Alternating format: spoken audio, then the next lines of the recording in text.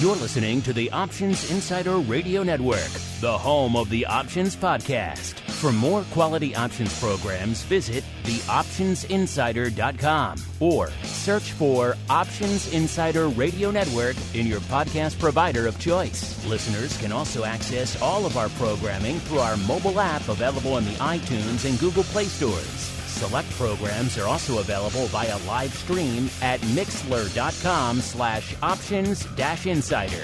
That's mixlr.com/options-insider. Don't forget to follow along with your favorite programs and submit your own questions for the hosts at twitter.com/options, stocktwits.com/options, facebook.com/theoptionsinsider, or via questions at theoptionsinsider.com.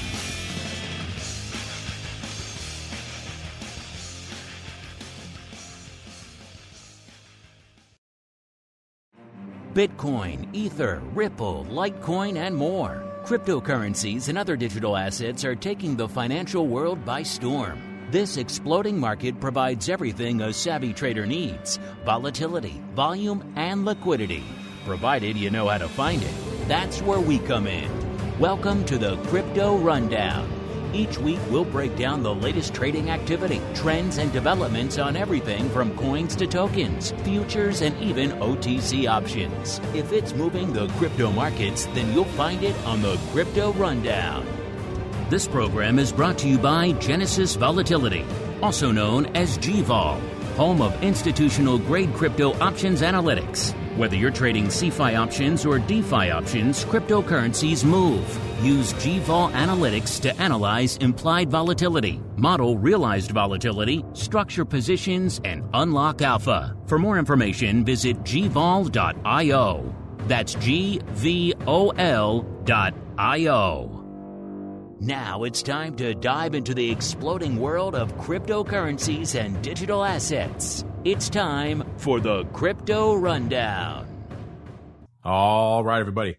That music means we are back once again with the Crypto Rundown, the program here on the Options Insider Radio Network, where we look a little bit farther afield, see what's going on out there in the Bitcoin, the ETH, even the Solana, maybe mix in some other fun stuff. Look at the volume, the volatility, the skew, the OI changes, the hot positions, what's going on out there, and a whole bunch more. My name is Mark Longo from theoptionsinsider.com, as well as, of course, from the ever-scintillating network upon which so many of you are binging these days. Reminding you a couple of things. First off, if you're just listening to the Crypto Rundown, man, you are missing out on a whole heck of a lot. So make sure wherever you get this, you upgrade to the full network.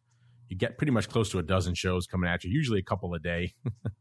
And, of course, if you like what you hear, keep rating and reviewing on your platform of choice. Really just help all the new folks discover the content. And, of course, if you want to explore more, you want to go deeper into these crazy options waters, then theoptionsinsider.com/pro gets you 2 additional exclusive shows, get you access to our great giveaways. Going to give away our Pro Trading Crate pretty soon here for the Pro members for the month of September. So should be fun stuff awaiting there, as well as live access to everything we do here on the network and a whole bunch more. Theoptionsinsider.com/pro is the place to go. Also, the exclusive Pro podcast feed. So if you missed all the great Pro stuff we've been doing for the last year and change over there, it's all available for you there. You can put it pretty much wherever you get your podcast right now. So it's a pretty cool thing.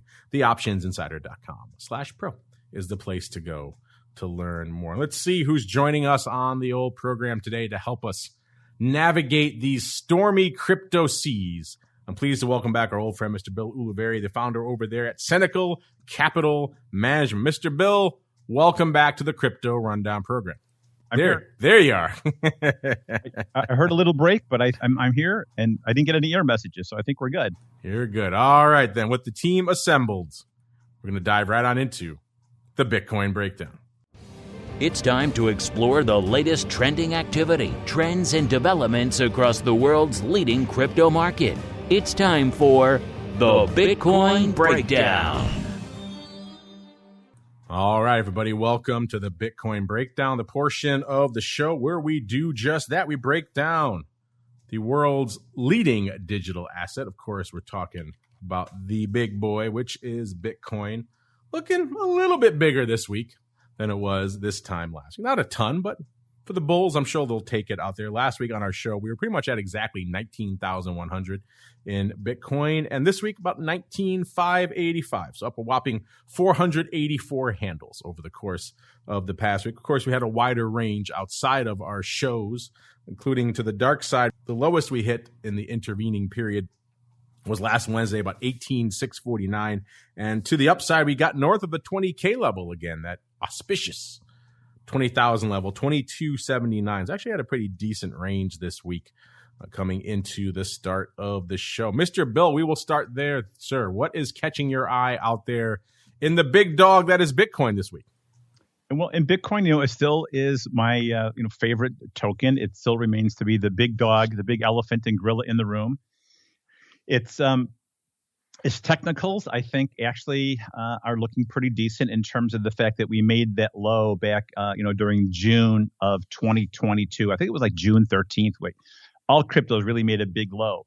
Bitcoin made a low around 17,697, roughly down there, and now it's trading, high 1900s, almost 20,000. So I find it really interesting that this sense of divergence where Bitcoin has not made a new low, but the equities, as have gotten crushed since June.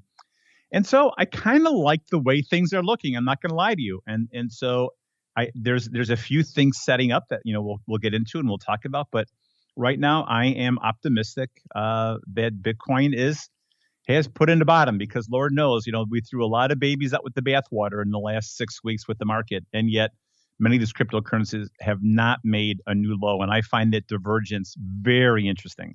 Yeah, that has been fascinating for me to watch as well, because you're right. I kept expecting when the broad markets were just getting annihilated over the course of the past couple of weeks that Bitcoin would follow suit. And we did see it dip, but obviously it didn't have the continued protracted downside that we saw, which everyone has kind of come to assume now. Everyone's just assuming that Bitcoin, as many of our guests have termed it, is just a high beta tech allocation right now. And when you have a high beta tech allocation, it's going to be swinging wildly with the market. And yet kind of haven't seen that, which has been interesting, at least the last couple of weeks. So, Bill, it sounds like you're as surprised as perhaps I am that Bitcoin hasn't played its high beta tech role of late. Right. And actually I have one of my clients that it took him about 5 years to get on board with Bitcoin. And so he has purchased a pretty good sized position, concerning of his net worth. And he was actually thanking me, saying, Bill, the Bitcoin is kind of unchanged to up from where I bought it, but my other portfolio of stocks and pharmaceuticals and stuff have gotten killed. So I never that Bitcoin actually provided this kind of safe haven is what you were saying. And he was being a little tongue in cheek. I mean, a little bit, but for the most part, his account with crypto is actually hanging in there. I also find it really interesting that with as much negative news that we've had from the political front, from the White House, cryptocurrency bills, making proof of work illegal, Bitcoin mining, like all this huge ramp up in dialogue and in conversation, yet we haven't made a new low since June. I find that interesting. I like those kind of paradoxes. Are you down with that, listeners? You think we have put the bottom in? That might be a fun question of the week to explore, maybe a flash poll during our crypto rundown one of these days. Have you put in the bottom in Bitcoin? I'd be curious to hear your thoughts out there. Listen, there you go, Bill. Bitcoin is finally serving the purpose that all asset managers wanted from it years ago. It's finally being this, I won't call it uncorrelated, but less correlated asset class. How about that? Yeah, no, it's true. It's true. I think it's really interesting. Yes, it's failed to live up to its concept of the new gold, right, and the digital gold. But it's down more than gold has this year, but gold hasn't exactly lived up to its inflationary promises either, right? Keeping up with inflation. So it's still a risk on asset. And I just think things have really, I don't know, sometimes things get more clouded and then other things seem to sharpen and focus. And I think that's kind of where we're at now with Bitcoin and bonds, right? Fixed income is a flight to quality. We've only seen the US dollar be the true flight to quality safe haven. It wasn't bonds. It wasn't short-term bonds. It wasn't crypto. It wasn't, any of the things that we traditionally went to. So I find it really interesting that, the old standbys for asset managers like myself who rely on the 60-40, 70-30, 80-20 kind of mixture, that, going to high yield and not high yield, but even treasuries, didn't quite play out like we expected. So it's interesting. This is the fun part of trying to figure out like the next new thing.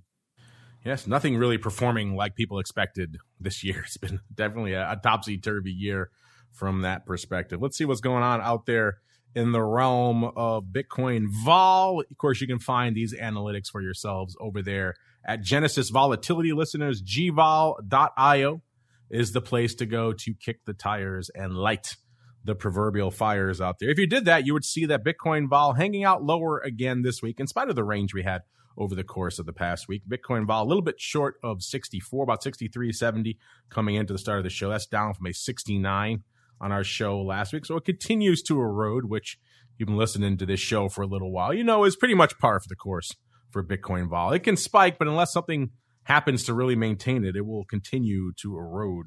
BitVol, our friend Mr. Simon Ho's metric, his kind of 30-day rolling measurement of Bitcoin, effectively a Bitcoin VIX, Bitcoin vol out there. It's about a 70, which is down a little bit. It was a 70 and a half on the show this time last week. That one down a little bit as well. In terms of a skew, what's going on from a skew perspective? Things were looking decidedly negative last week, negative 6.5.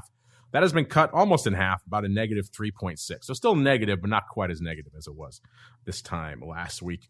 And we're seeing pretty much the same thing with Simon's bit skew number. That's a little bit of a different number. Obviously, he's looking out 30 days and trying to encapsulate all of that in one number. That actually is looking a little bit richer, which is interesting. 100.4 versus 99.25 on the show this time last week. But the interesting evolution we've seen out there, listeners, in terms of options across all the products this week really has been September rolling off the board since our last show. That has shaken things up a little bit out there. So let's dive into what some of those changes are right now, including the OI. How much OI is open right now on Deribit in terms of Bitcoin options? And the answer this week is less than there was this time last week. You got 148,000 calls open. That's down 22,000 from this time last week, and 79,000 puts, down 18,000. So both pretty much down close to 1-to-1s. We're still hanging out at pretty much 2-to-1 calls over puts, but we're seeing OI come rolling off the board. Let's see what impact that's had from an overall top positions perspective. And you know what? This is one of the bigger shakeups we've seen in a little while out here in terms of the top positions. What is open for size right now in the options over there in Deribit? Let's find out. Number 5, 25,000 strike. That's number 5. That has about 10,100 contracts. That's open. That's down 4,500 from this time last week. So September taking a lot of paper with it. I mean, a whole bunch of newcomers popping in this week too. So the loss of September really changing things up. Number 4 is the 15,000 strike. Haven't seen that one in there. Now that's a newcomer. That's got 10,800 contracts open. Number 3, we have the 21,000 strike. That has 11,500 contracts open. Also a newcomer this week. And number 2, we have the 19,000 strike. That has 12,200 contracts open. That's also a newcomer. And the number 1 size position in Bitcoin options right now on Deribit, the 20,000 strike, that has 13,500 contracts open.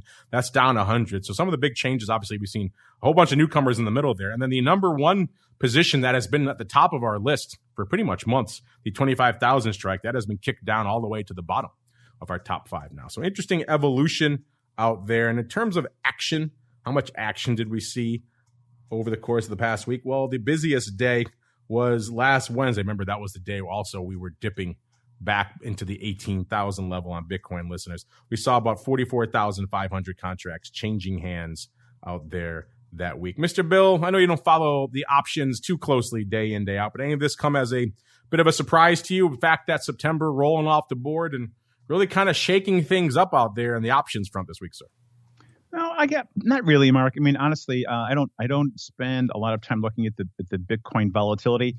I find I kind of, maybe to a fault, group Bitcoin in as a regular asset class. So I spent more time looking at the VIX indicator, which really hasn't made a new high since roughly 2021. I mean, this huge sell-off that we received in the market, volatility didn't really spike that much like I expected. And even the skew, the CBOE skew index, the symbol is SKEW.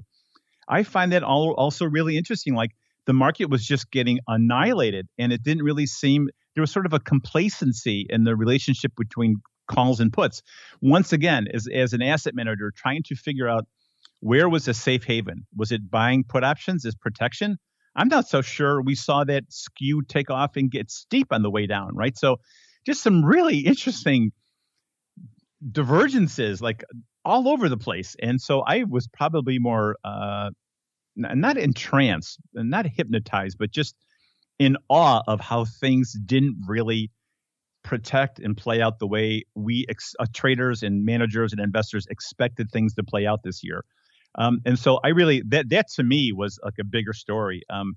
So I'm still trying to process all that, but here we have, again, you expect that when you buy downside puts as a protection against, a futures position or a stock portfolio position, you might have gotten the price increase, as the market declined, but you didn't get that flight to quality fear. Oh my gosh, I need to buy a downside put at any cost kind of mentality, right? We didn't see it in the skew number. So I don't know. I think that's really interesting. And maybe this was not a big biblical decline as we all are thinking about it. Like there's maybe a little bit more calm and more ease and more, not as much fear as we expected. And does that mean that the bottom's in and we're going to be off to the races like a typical midterm election?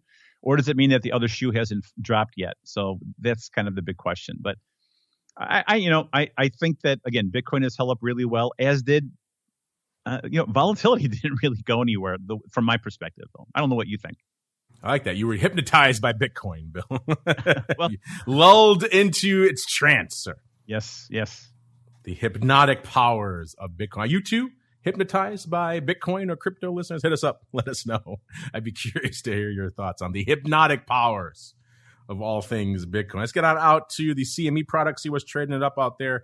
Not a heck of a lot on the tape this week, but again, it's kind of early goings here for the trading week. Last week on the big Bitcoin options, we saw 678, not a ton, but then again, this is a pretty beefy contract. We've been saying this since launch. This is kind of only for the big institutions out there. So seeing anything even approaching 1,000 is pretty decent paper. The micro Bitcoin options doing 1,928 contracts over there at CME last week. So something. It's, again, the micro ones, for whatever reason, have had a hard time taking off. Maybe that's because so many of you are using Bito instead. Bito seems to be the popular one. In fact, we had more people asking about it again last week, asking if we could include it in the show. So we thought we'd give you a little bit of a tip of the cap out there, throw a little bit of Bito at you this week. Bito coming into the start of the show. Let's see. Let's get a live quote on good old Bito right now. Bito at 12:01.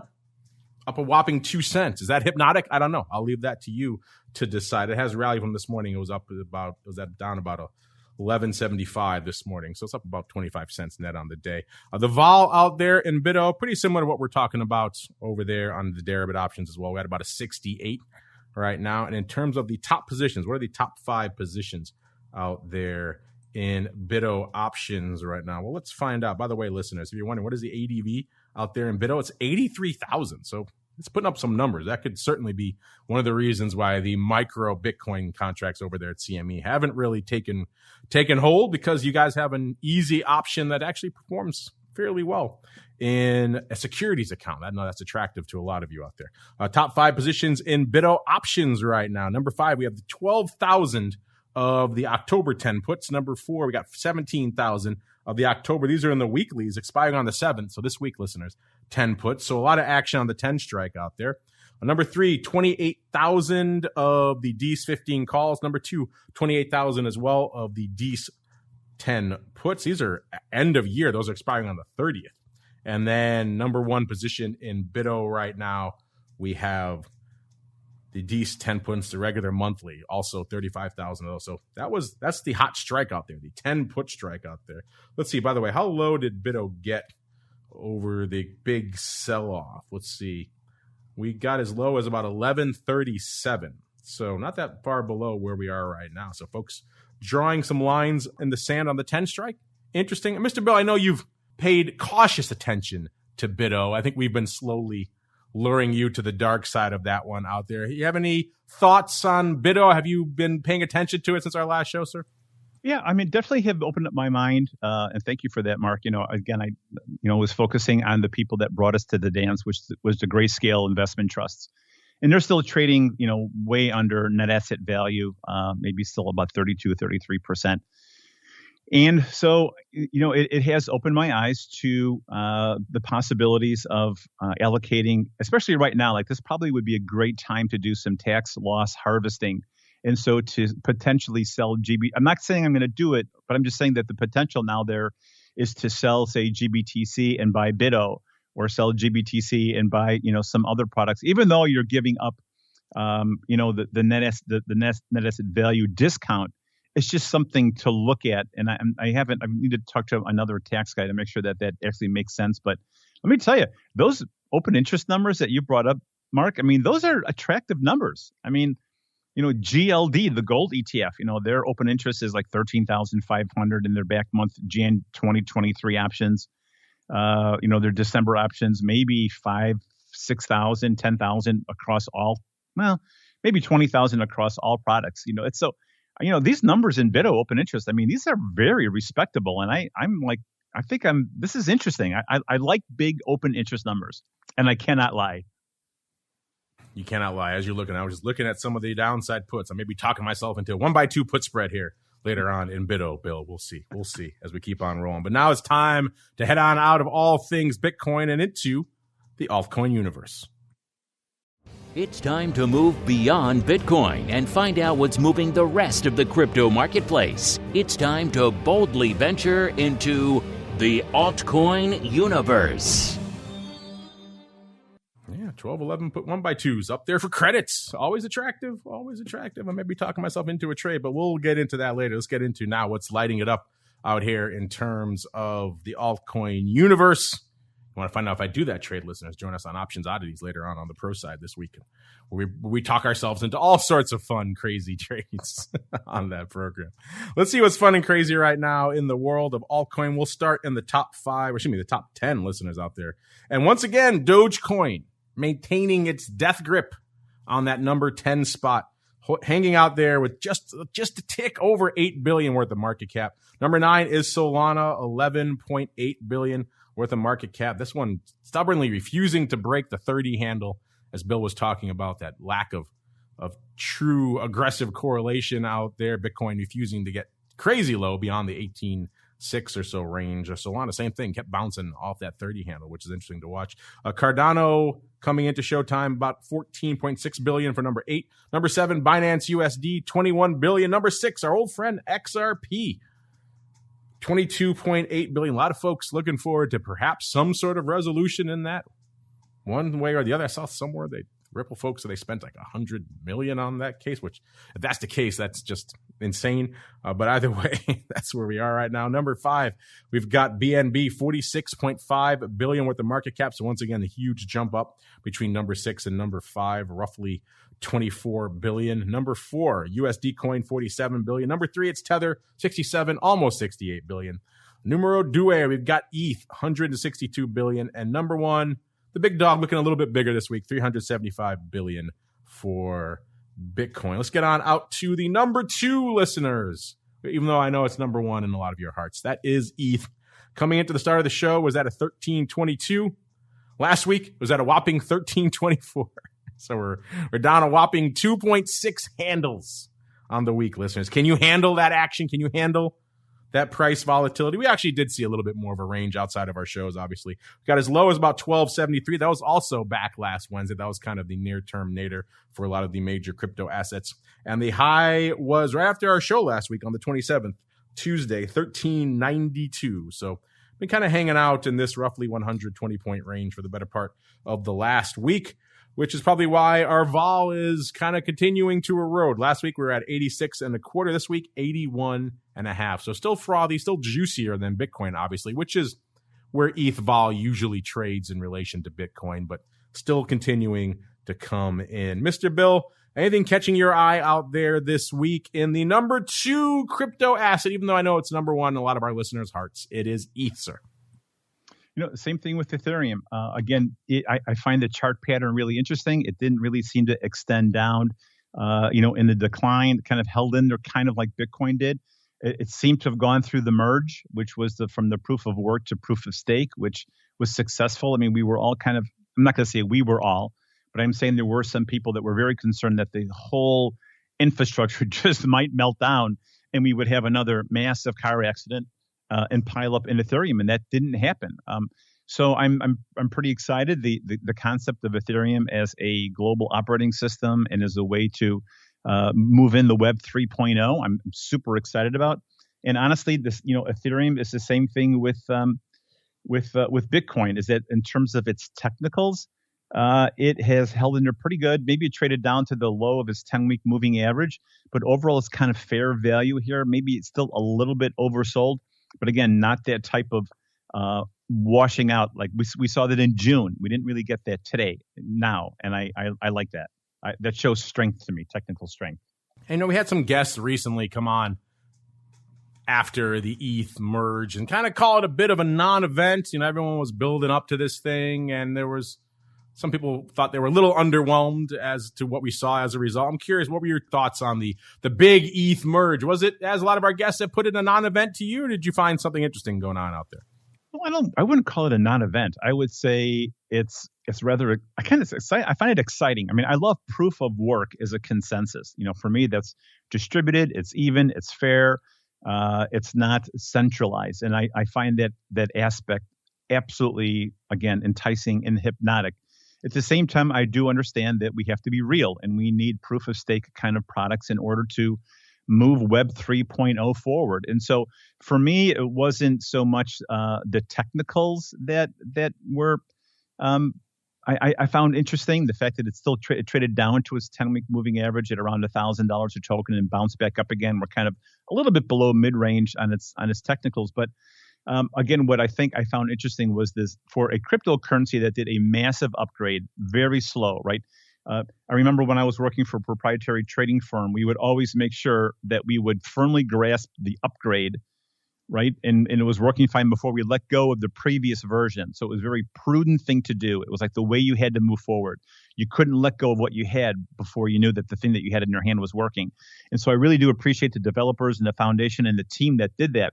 And now I'm probably more excited about Ethereum. I am more excited about cryptocurrency. I'm more excited about Web 3.0 than I've ever been. And we really, in some way, have ushered in a new era of decentralized, quote unquote, decentralized, blockchain solutions, Web 3.0. And this is incredibly exciting from a fundamental perspective, Mark.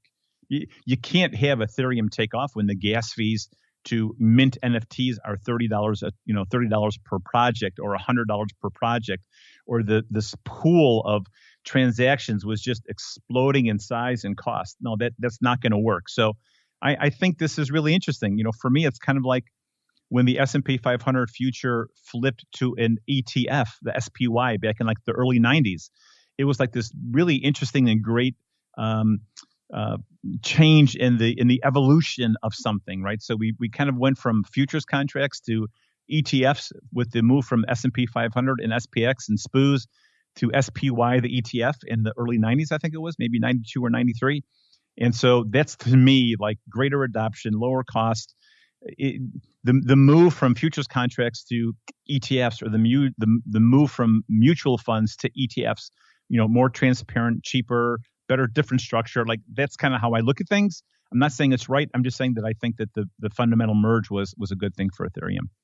Definitely in the long run, it certainly is interesting. I think people were hoping for maybe a little bit more of a trading event around it. Traders, Bill, they always want the volume and the spikes and everything else. And from that perspective, maybe a little bit underwhelming. But you're right. So from the long-term prospects of this, and certainly for the environment and everything else, it's been a benefit going forward. Let's see what's going on out here right now in all things ETH options. Skew wise, again, kind of following a similar trajectory to Bitcoin. Last week it was very negative, -9.25. This week still negative, but only -6.8. So still looking firmly negative, but perhaps not quite as negative as last week.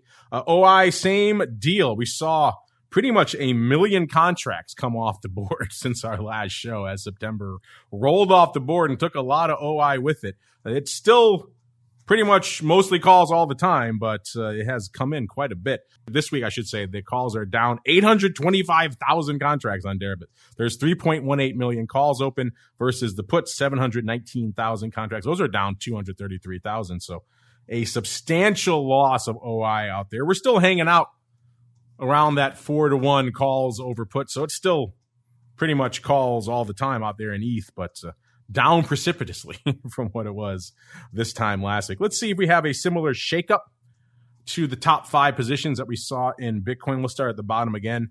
Number 5 is a newcomer, the 1600 strike. So surprising it took us this long to get the 1600 in there. We've been vacillating around that level for quite some time, if not below it. So 1600 finally making its way in there at number 5 this week with 139,000 contracts open. Again, that is a newcomer this week. The rest look like they're all holdovers from last week. Number 4, we have the 2500 strike. 206,000 contracts open there. That's down 67,000 contracts from this time last week. So you can just see how much September took off each of these. Number 3, we have the 3,500 strike. So looking pretty optimistic, looking pretty far up there. 290,000 open there. That's down 59,000. So a lot of paper coming off with September there. Number 2, the 4,000 strike. 322,000 contracts open. That's down 89,000. And our number 1 position remains the 3,000 strike. That has still been just fascinating. I know for a lot of you out there, we've seen a lot of paper, particularly in December. But obviously there was a lot open in September as well, because there's 416,000 contracts left on that strike. That's down 46,000 from this time last week. So September taking a lot of, let's say, vestigial upside paper with it. We'll see what happens going forward. Not as much of a shakeup in the OI as we saw in Bitcoin, obviously. The big day for ETH options over the past week actually wasn't Wednesday. It was actually the 30th. So that's kind of interesting. So last Friday, 412,000 contracts. That is a little bit less than our previous show, where the big day was the 19th with 612,000. So that's 200,000 contracts less. So that puts that in perspective. It was a pretty steady week. We saw multiple days at or around that level, listeners, but it wasn't the one big explosive day of volume like we saw in the previous weeks. Let's get on out to CME land, see what's going on. Remember, the big ETH options launched not quite a month ago, September 12th over there at CME. So they're still trying to get their feet under them. If you guys want to see reports on the CME options, head on over to cmegroup.com. Then go to /TWIFO, TWIFO. That stands for This Week in Futures Options. That is the show that we do with them every week, where I have mentioned in the past on this show. You should be checking out that one as well if you're listening to the Crypto Rundown. It's the only other show we really get into crypto in any meaningful capacity on the network. And you can see there, if you go to that special cryptocurrencies section of that report, what's going on. You see those micro options I was talking about earlier for the micro Bitcoin and micro ETH. And you can see the same thing for the big ETH. The big Ether options still kind of struggling to find their footing. It's not a ton of paper last week. Micro ETH options, we saw 7,600 contracts going up last week. So that's not a bad week, all things considered. It's not as active. We've seen more active weeks out there for micro ETH. And if you listen to our TWIFO program, you've heard us say also, it's interesting staccato rhythm to the paper out there. Some days it trades up a ton, then it'll sit at not much volume for a couple of days, then it'll trade again. So it's very interesting. In terms of the most active contract out there, this makes sense. It was the 13.5 calls doing 1,772 contracts. Those are out in the November timeframe out there. So November, 13.5 calls doing nearly 2,000 contracts. That was the big dog out there on the CME micro ETH options last week. And you guys have asked for it, so we shall deliver. We shall talk about Solana, the most recent addition to the show, along with Bito. Mr. Bill, I don't think you and I have ever had an in-depth heart-to-heart on Solana. What are your thoughts on all things Solana, sir? Well, Solana, the way I understand it, Mark, in that it was, again, it seeks to be, to leapfrog over Ethereum, as like a Web 3.0 type of project. I'm pulling up the chart right now. I think these tokens, they get a following, they get a name, and that tends to cause a little pumpy dumpy kind of perspective. We saw that in Solana, we saw that in Chainlink, we see it every once. We saw it in Doge and Shibu, right, where you get these tokens that just, maybe it's just a cool name. I'm not really sure. I don't know exactly what does it, but again, I'm pretty agnostic as to the actual token.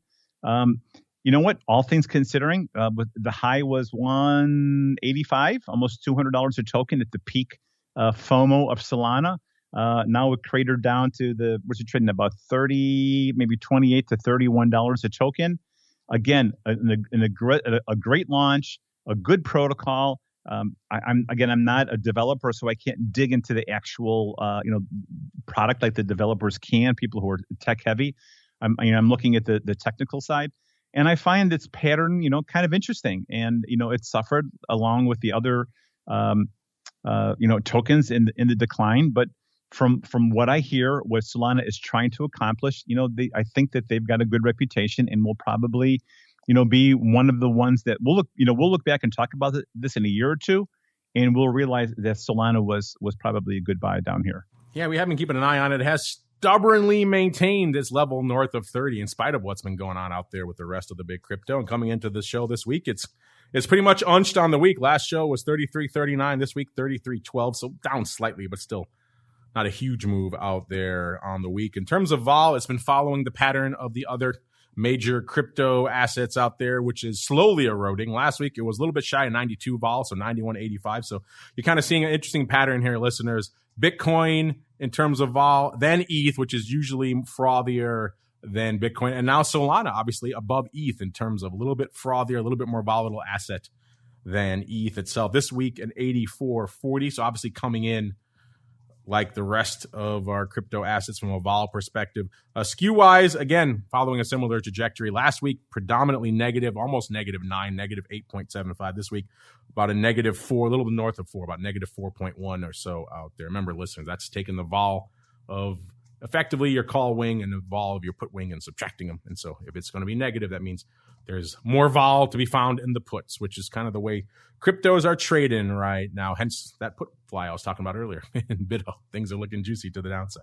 In terms of open interest, again, just a ton of paper coming off the board with September. We haven't been following Solana that long, so we don't know if this is par for the course or what. I guess we'll find out going forward. I mean, I know when we had Greg on the show not too long ago, he said he was a little disappointed with the OI and Solana options. He was hoping for a little bit more. So we'll pay attention to see how things evolve out here. Right now, in terms of the size OI, 132,000 contracts on the call front. That's down 180,000 from this time last week, listeners. And the puts, 411,000, down 195,000. You could see it still is maintaining that almost 4-to-1 puts over calls level that Solana has been hanging out there. So that's also kind of fascinating and a market difference from the other major crypto assets we talk about here on the show, which is, as you can see, Bitcoin is 2-to-1 calls over puts. ETH is 4-to-1 calls over puts. We're going almost completely the other way, nearly 4-to-1 puts over calls in Solana. So intriguing stuff to be found out here. Let's see what's going on from a top positions perspective. Again, we got a little bit of shakeup going on out here as well. Number 5 is the 40 strike. That has 37,000 contracts open. That is a newcomer this week. Number 4, the 29 strike. So 51,000 contracts open there. Also a newcomer. Remember I said we're hanging out at about a 33 right now, listeners.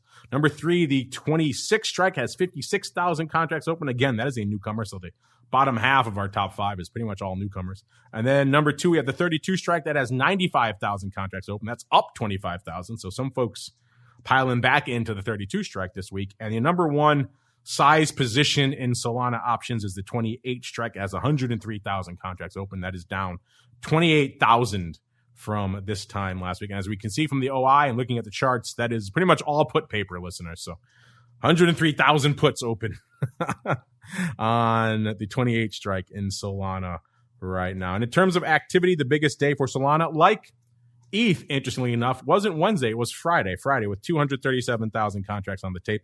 So far, that is the most active day we have seen. But again, we've only been monitoring Solana options for a few weeks here. So we'll see how things shape up. Mr. Bill, before we roll on out of the altcoin universe, I know you're always paying attention to some fun altcoin that maybe we're not talking about here on the show. So any other interesting altcoin making it on your radar this week, sir?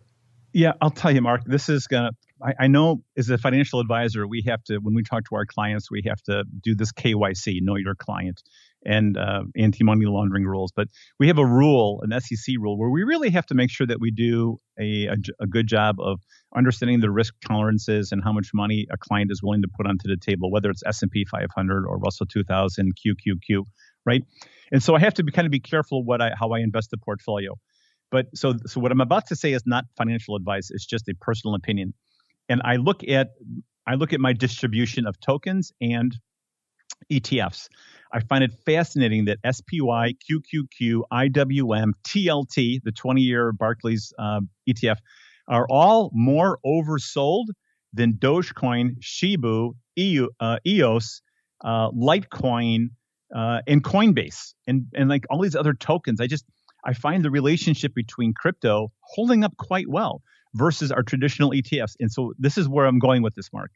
I looked at it about 150 charts this morning before I came on the radio with you.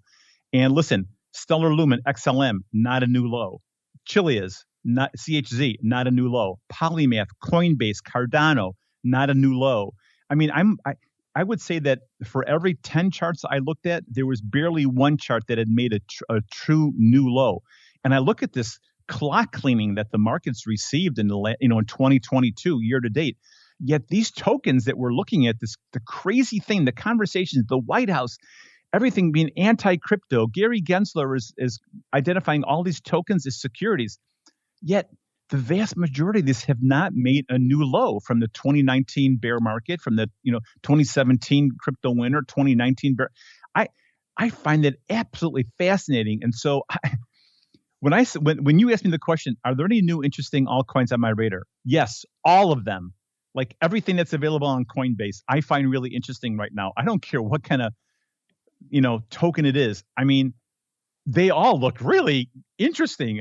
Higher lows, higher lows, higher lows. It did it 3 times. Like I think crypto winter is just about over. And look at today's rally in technology. I mean, market's up huge today. So I'm just saying things look really interesting to me. And there's no token. It'd be hard for me to decline any interest in any token. All the ones that were the favorite child that are now taken out to the woodshed for a beating, I think look really interesting. I mean, I'm just from a technical standpoint. Take us back to that hypnotic effect you were talking about earlier. You fire up Coinbase, Bill, and you're just hypnotized. You want to buy it all. I'm sorry. Yes. I'll take 1 of those and 10 of those and 100 of those. Yes. Right? Yeah. I can certainly see how you would feel that way. Listeners, are you hypnotized? You wanted to start loading up on all these assets? Hit us up. Let us know as we go through the rest of our altcoin, and we'll get some questions and get out of here for this week. Ripple, like I said, this one's making a lot of headlines. No concrete news, but a lot of speculation. Ripple wants it to end. The SEC wants it to end. Everyone wants it to end one way or the other. It seems like the judge is the only one who doesn't want it to end yet. So that's what everyone's waiting for out there. It's down a little bit this week. It was 47.60 last week, 45.70 this week. So down almost 2 cents on the week, but still up over the last couple of weeks as these rumors have persisted that there will be some resolution. Good old Doge, it was pretty much unched on the week. Litecoin actually getting a little bit of a lift, almost 53 on the show last week, 53.79 this week, so up about 80 cents on the week. And Cardano, 44.5 last week, 42.70 this week, down almost 2 cents on the week. And Polkadot, $6.50 last week, 6.33 this week, down a whopping almost 20 cents on the week. And everyone's favorite, Shiba. Alas, Shiba Lambo updates. No Lambos on the docket this week because Shiba is unched. As we keep on rolling, head on into some of your crypto questions. You've got questions about crypto. Who doesn't? It's time to find out the answers to your crypto questions. All right, everybody, welcome to your crypto questions. I'm just chuckling at this question from Options Queen here. Of course you would ask this one, Options Queen. She says, did you see that Kim Kardashian was fined by the SEC for promoting crypto? I did see that headline coming across right as we were starting the show. I didn't get a chance to dip into it, but she also kindly included a link. Oh, that Gary Gensler actually retweeted. So apparently Gensler is proud of this one. That sounds like him. He says, we announced charges today against Kim Kardashian for promoting a crypto security offered by Ethereum Max without disclosing the payment she received for the promotion. She agreed to settle the charges, paid $1.26 million, and cooperate with the investigation. That doesn't surprise me. These quote-unquote influencers, they operate in a very unregulated environment, right? They get paid to do tweets. They get paid to do posts on Instagram and post YouTube videos. And they're used to just taking money and promoting things and not disclosing anything. I know YouTube has tried to crack down on this a little bit, but the SEC, they play by very different rules of engagement. If you do that, in their neck of the woods, they're going to come down on you. And sounds like they did with Kim Kardashian. I'm glad they're doing this. There's so many people out there just pumping these things without disclosing any sort of stake that they have in these things. So I'm glad to see it. Clearly, Gary Gensler is glad, Bill. So they're trumpeting their, and she's paying a decent amount, $1.26 million, which makes you wonder how much did they pay her if she's paying a fine of $1.26 million, Bill. I heard that she received like $250,000 for a payment. She was fined 1.26. So say she's out $1 million, right? On top of her $1.2 billion net worth, like, she can swing it, I think. Yeah. There's no other villains out there. I don't know. It seems I get it, and then there's got to be worse offenders out there. I don't know. Clearly, they're proud of this one. They're tweeting it from the rafters on this one. Look, we got Kim Kardashian. So there we go. Here's a fun one for you, Bill. A little bit off topic, but when you're not talking to me about all things crypto, you do dabble in your day job as an asset manager. So you are looking at other assets outside of crypto. And we've got Nichols in our live chat. He wants to know, what does Bill think about the bounce in the market today? And what are his thoughts on these market levels? A bit of an off-topic question. You know what, Nichols? We'll allow it because we're nice folks here. Mr. Bill, when you're not looking at all things crypto, which you mentioned, you were surprised at its resilience. And maybe you think the crypto winter is done. We are obviously bouncing in the broad markets today. We were up over almost closing in on 3%. Not too long ago out there. What are your thoughts? Nichols wants to know on this bounce and in general, what we've been seeing in the market over the last couple of weeks. Okay, so I'll go through this as quickly as I can. If you look at the American Association of Individual Investors, the AAII bullish sentiment is at 19.95. This is as low as it was in the 2005 decline. It got down to 20% in the 2007 to 2009 bear market.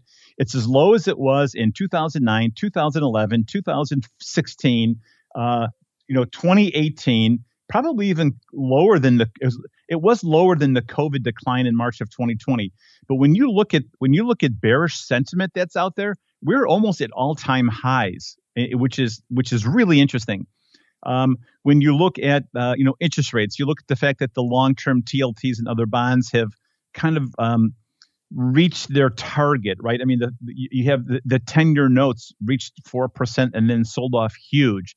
We have the U.S. dollar on a multi-year run, and usually when the U.S. dollar goes up, our equity markets go down. And so, from my perspective, I think that it's really interesting that investor sentiment's at an all-time low, lower than other bear market areas. We have a huge market washout, high money market positions. I am very, very, very bullish here for the short term and the intermediate term. I think we had a lot of things at play. Midterm elections, higher interest rates. Coming off the liquidity that the Federal Reserve and other institutions provided. We have this Russia, Ukraine conflict. There's like a lot of stuff that caused this market to get crushed. And I'm a contrarian, right? But my gosh, the U.S. dollar is as high as it was back in, it's almost like a 20-year high practically. So for me, I think that things look incredibly positive for the next couple of years. I'm very encouraged at today's rally. And again, Mark, this is the question. Every economic cycle has four parts: expansion, peak, contraction, and trough, or like consolidation. Clearly, we're not in expansion. Clearly, we peaked, last year. Clearly, we've been in a decline with the S&P and the QQQs down 28 to 30 some percent this year. So the question is, are we done contracting and in consolidation? I think we're there. Because why? 10-year rates reached 4%. That's kind of like the target that all the federal governors had said, maybe 4.5 best. All commodities, natural gas, crude oil, lumber, commodities, corn, wheat, beans, high-grade copper, nickel. I mean, name them all. They're all down substantially from their quote-unquote inflationary high. So I think inflation has been slayed. We just don't know it yet. And this market is like this beach ball underwater. And if we close unchanged on the year in 2022, I wouldn't be surprised. This is just I'm really like this contrarian play here. I think we're kind of in a slingshot. That's okay. That's my and I'm leaning the portfolios that way. I've been very aggressive. I think with some of our clients that want to be aggressive. Mr. Bill, stop holding back. Tell us how you really think, sir. I know, right? That was the perfect question to ask me because I'm wound up with this. You are. I'm hypnotized. You're hypnotized, baby. You're hypnotized by the broad markets as well. Mr. Bill. I am. I'm so bullish here. I can't even. Hypnotized. Interesting, listeners. Are you down with that hypnotism? Are you buying what he's selling? Hit us up. Let us know. I'm curious. In our poll last week, Bill, we just did a poll with our audience, and we asked them, are you buying in at these levels? Are you waiting for lower levels? And I don't have the exact numbers in front of me, but something along the orders of 2/3 said they're waiting for lower levels. And when we posted that, we were at about 36.60, so a little bit below where we are right now. So intriguing. A lot of that goes back to that bearish sentiment you were talking about earlier. So intriguing stuff. Our question for the week this week, listeners, if you get on over there to @options, make your voice heard. Not a crypto question this week, but an intriguing one nonetheless. Along those same lines of overall valuation, correlated to that, of course, is volatility or VIX. We're asking you this week, you said back in May, we did a poll back in May, and 43% of you said that we need VIX to pop over 40 to signal that the worst is behind us, that there's a concession in the broad market. So we're revisiting that now, see if you guys still feel that way. Quite simply, what level does VIX need to hit to signal the bottom, quote unquote, in the market?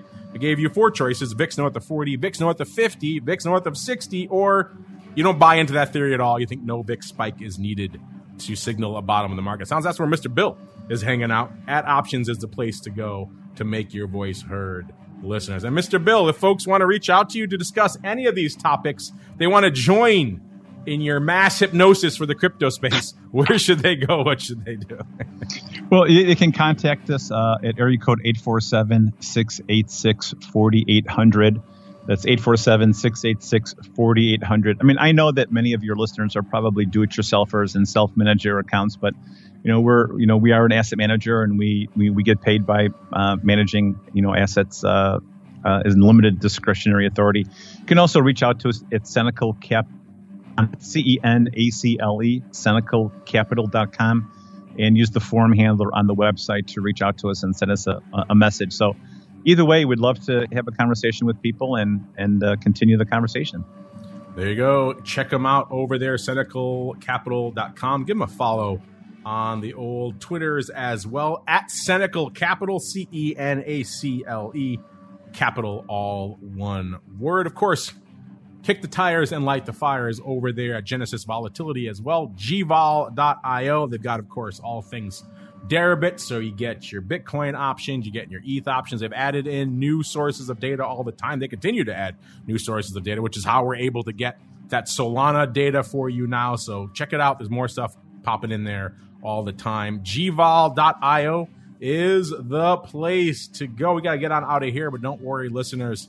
Stay tuned to the network throughout the week for all the other great content coming at you. If you subscribed on your favorite podcast platform, it'll be hitting you there on demand as well. And, of course, back again next week, another episode of the Crypto Rundown. Stay safe out there, everybody. This program is brought to you by Genesis Volatility, also known as GVol, home of institutional-grade crypto options analytics. Whether you're trading CeFi options or DeFi options, cryptocurrencies move. Use GVol Analytics to analyze implied volatility, model realized volatility, structure positions, and unlock alpha. For more information, visit gvol.io. That's GVOL.io.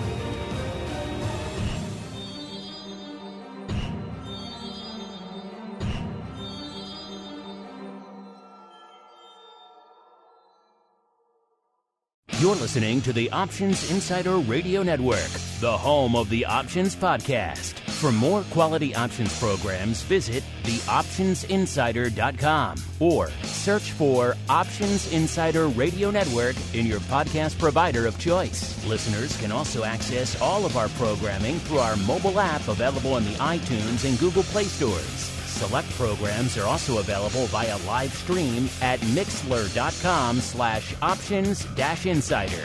That's MIXLR.com/options-insider. Don't forget to follow along with your favorite programs and submit your own questions for the hosts at twitter.com/options, stocktwits.com/options, facebook.com/The Options Insider, or via questions at theoptionsinsider.com.